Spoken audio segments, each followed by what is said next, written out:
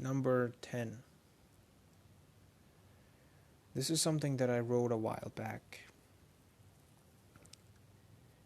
An interesting one. It's less of a story and more of a scenario. You could call it that if you want. Allow me to narrate it for you. The city sleeps. Tonight, just like all the other nights, it is covered in a blanket of silence. There is no one on the streets, and it is so quiet that dropping even a coin in an alley would wake up the entire neighborhood. Yes, you do have the occasional sound of a car passing by or a dog barking, but these events are so rare they make no lasting impression on your memory. You feel as if nothing has disturbed the static that surrounds. You look at the skyline of the city. Aside from the street lights illuminating the roads, everything else is drenched in darkness. Every building, every apartment. Well, except one. A strong yellow light comes into view from a singular, isolated room.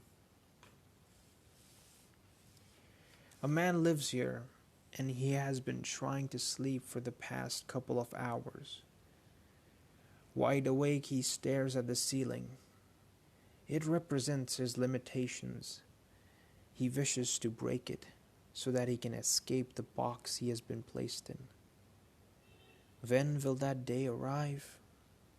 Or will they only understand him after he is dead? The fan spins slowly.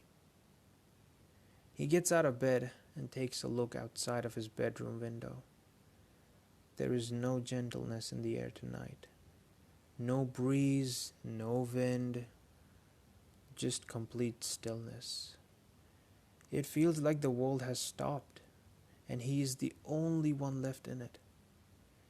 It is not surprising he feels alone on this lonely night, because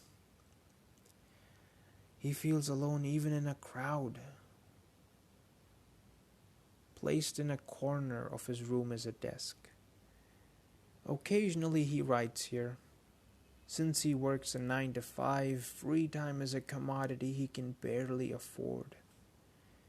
And whenever that opportunity presents itself, he is either too tired or occupied with something that is higher on the priority list. But tonight there is an intense urge to write and express. He picks up a pen, grabs a sheet of paper, and starts. Sometimes he struggles, sometimes he lets the words flow. He reads what he has written and tears the page apart. After a brief pause, he grabs another page and starts writing again, repeating this cycle over and over. Now crumpled and torn pieces of paper are littered all over his apartment. Confused and sleepless, he starts crying. So many emotions bottled up for far too long, he finds it difficult to confront them all now. He feels underappreciated. He has been doubted for so long, he starts questioning his own skill.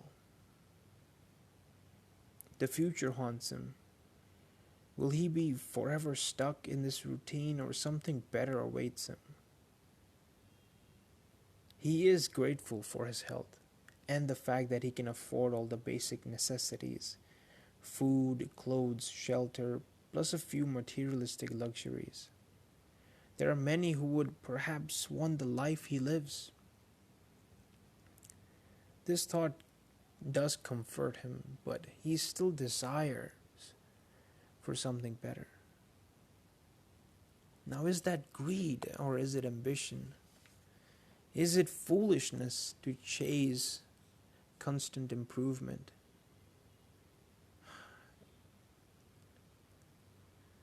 And what constitutes that improvement? What does it even mean? So many contradictory ideas and all these questions with no real answers. He is confused, but writing down his mental state has been therapeutic. Now the page feels heavier and his heart a little lighter. Tired and emotionally drained, he writes one last time. And then he reads it. Satisfied, this time he doesn't tear it. The paper sits carefully on his desk as he meditates in silence for a little while.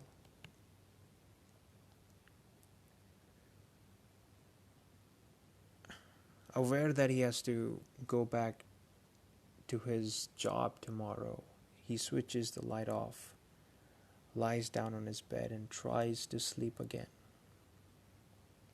The eyelids were heavy, but before sleep took over, he stared at the ceiling one more time.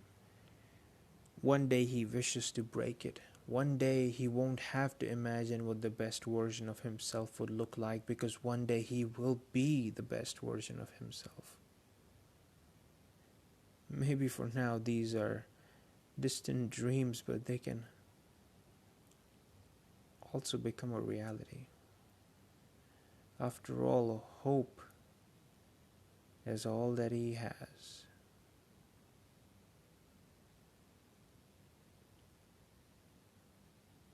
Perhaps hope is all that he truly has. In a few hours, morning will come again, but for him is always a night that never ends.